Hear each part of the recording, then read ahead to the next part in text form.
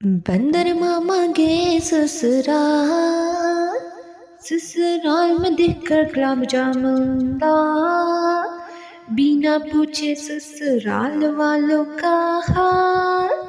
बैठ गए बंदर मामा लेकर गुलाब जामुन का थाल।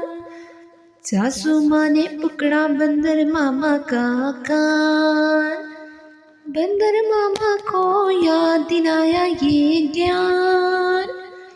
पहले होता है बड़ों का सम्मान, उसके बाद ही होता है जाल पाल।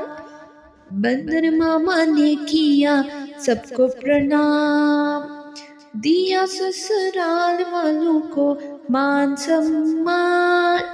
खुश होकर ससुराल वालों ने बंदर मामा के मुंह में गुलाब जामुन डाले।